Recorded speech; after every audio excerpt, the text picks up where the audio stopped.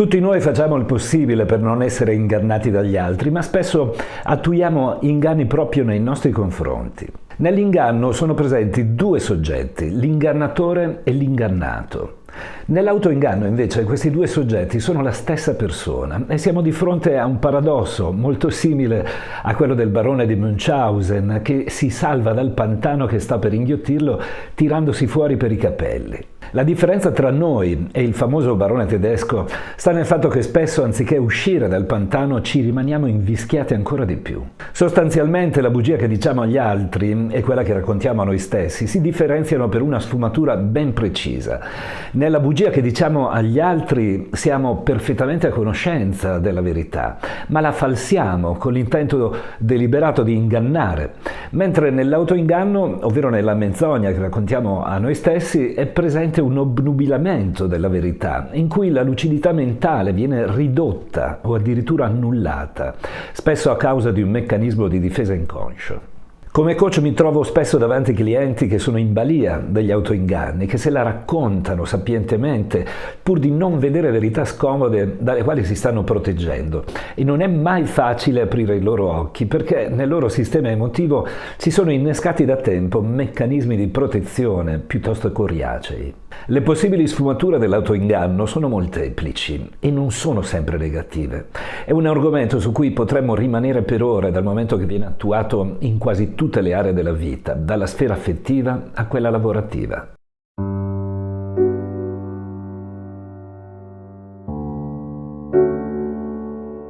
Vediamo alcuni esempi di autoinganno disfunzionale. Una persona coinvolta in una relazione tossica ignora gli avvertimenti dei propri amici e familiari, che al contrario hanno ben chiaro che cosa sta succedendo. Pur essendo consapevole dei problemi nella relazione, continua a raccontarsela, credendo fermamente che tutto andrà meglio, che quegli atteggiamenti maligni del partner sono comunque mossi dall'amore o che il partner cambierà, anche se la realtà dimostra ogni giorno il contrario.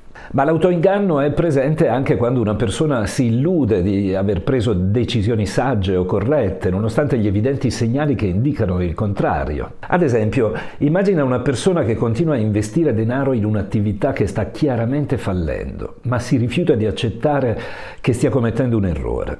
Invece di affrontare la realtà e ammettere il proprio sbaglio, rimane convinta che presto le cose miglioreranno, ignorando così le prove continue che dimostrano il contrario. E ancora, una persona potrebbe autoingannarsi riguardo alle proprie capacità professionali, convinta di essere molto competente, nonostante i frequenti feedback negativi ricevuti dai colleghi e dai superiori, e questo potrebbe portarla a vivere reiterati risentimenti verso di loro, finendo con l'invalidare le relazioni per una mancanza di consapevolezza e di una sana capacità di autoanalisi. Il più famoso autoinganno è quello di una persona dipendente dal fumo, dall'alcol, dalle sostanze stupefacenti o dal gioco. Smetto quando voglio è la frase più frequente, ma a volte se la raccontano dicendosi anche il mio medico fuma, oppure Mario ha bevuto molto per una vita ed è morto di vecchiaia a 95 anni. Dietro le quinte di questi alibi di solito si nasconde un tremendo e infantile autoinganno che dice le cose brutte capitano agli altri, non a me. E qui siamo davanti all'apoteosi dell'incoscienza. In casi come questi l'autoinganno ci impedisce di prendere atto della realtà e ci tiene lontani dalle scelte che sarebbero più sagge per noi.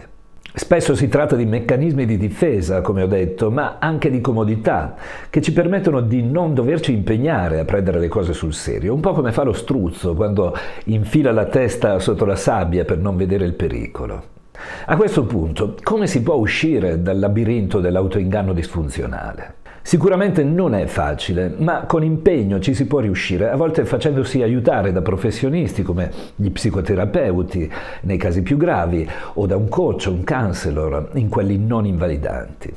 Il primo passo è un'onesta autoriflessione che faciliti la consapevolezza di sé. Essere consapevoli dei propri pensieri, comportamenti e convinzioni, riconoscere quando si sta mentendo a se stessi è fondamentale per poter affrontare l'autoinganno e uscire dalla gabbia. Molto utile si dimostra l'autovigilanza sul proprio linguaggio del corpo, soprattutto quando parliamo ad altri di qualcosa su cui ci stiamo ingannando. Infatti, quando vogliamo convincere noi stessi di qualcosa, il più delle volte cerchiamo di convincere gli altri con le nostre argomentazioni.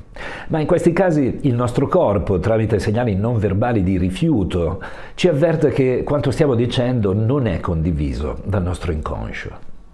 Ricordo un allievo di cui, senza fare il nome, parlo spesso anche nei miei corsi in aula, proprio per fare un esempio, che mi parlava di sua suocera come se fosse una divinità, manco volesse vendermela, ma a ogni pregio sciorinato il suo corpo emetteva chiari segnali di incongruenza. Il punto era chiaramente che la suocera era troppo presente nella vita familiare di questo allievo, ma per il quieto vivere e per evitare dissapori con la moglie si era convinto, continuando a convincere gli altri, che la sua presenza costante fosse una delizia. Osservare il nostro corpo sapendone leggere i segnali di agio e di disagio ci può aiutare a vedere la realtà di ciò che proviamo e ad accettarne la verità, anche quando è scomoda o dolorosa. Questo implica essere onesti con se stessi e rapportarsi alle proprie emozioni senza filtri o distorsioni. Per questo si dimostra essenziale un cambiamento dei propri modelli di pensiero.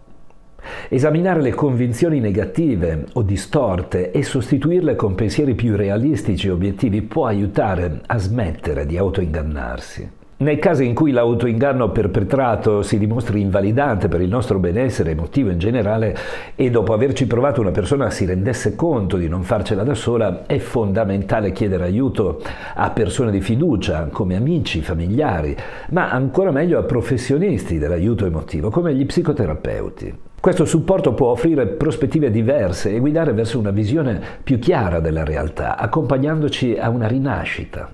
Per molte persone si dimostra efficace la pratica della mindfulness, una disciplina che promuove la consapevolezza del momento presente e che può aiutare a osservare i propri pensieri e le proprie emozioni senza giudizio, permettendo di identificare l'autoinganno e affrontarlo in un modo più costruttivo. È importante mantenere un atteggiamento di compassione verso se stessi durante questo processo. Essere obiettivi, ma senza un'autocritica eccessiva, può agevolarci nel superare l'autoinganno in modo più efficace. Esistono tuttavia anche degli autoinganni funzionali, che al contrario ci aiutano a stare meglio e spesso a raggiungere i nostri obiettivi. Un esempio di autoinganno funzionale potrebbe essere quello di una persona che deve affrontare un colloquio di lavoro per una posizione desiderata, ma si sente insicura sulle proprie capacità.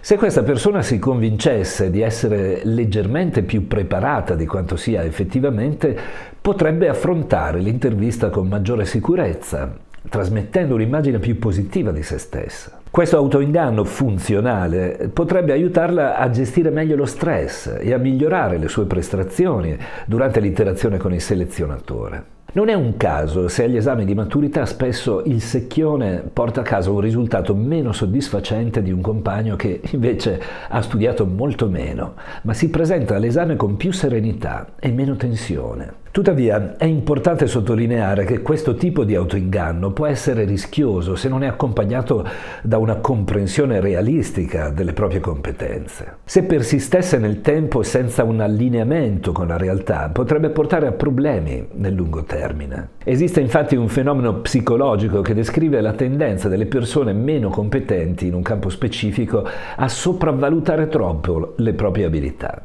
In sostanza, coloro che hanno una conoscenza o una competenza limitata in un certo ambito a volte tendono a sovrastimare le proprie capacità, mentre coloro che sono più competenti tendono a sottovalutare le proprie abilità. Questo effetto è stato identificato da David Dunning e Justin Kruger attraverso uno studio che ha dimostrato che le persone con competenze scarse in un determinato campo spesso mancano della consapevolezza per valutare in modo accurato i propri limiti e la propria inettitudine. Paradossalmente possono avere una percezione eccessivamente positiva delle proprie capacità. Ciò avviene principalmente perché la mancanza di competenza in un certo ambito può limitare la capacità di valutare oggettivamente le proprie prestazioni.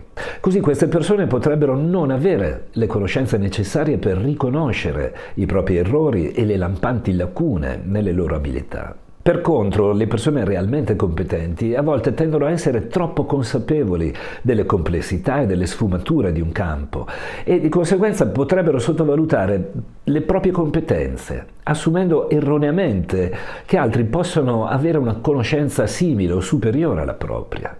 In questo caso siamo di fronte alla sindrome dell'impostore, che in fondo sempre autoinganno è. Concludo con una grande verità. Ognuno è il protagonista positivo per chi sta bene e negativo per chi soffre della storia che racconta a se stesso. E tu? Che tipo di protagonista sei?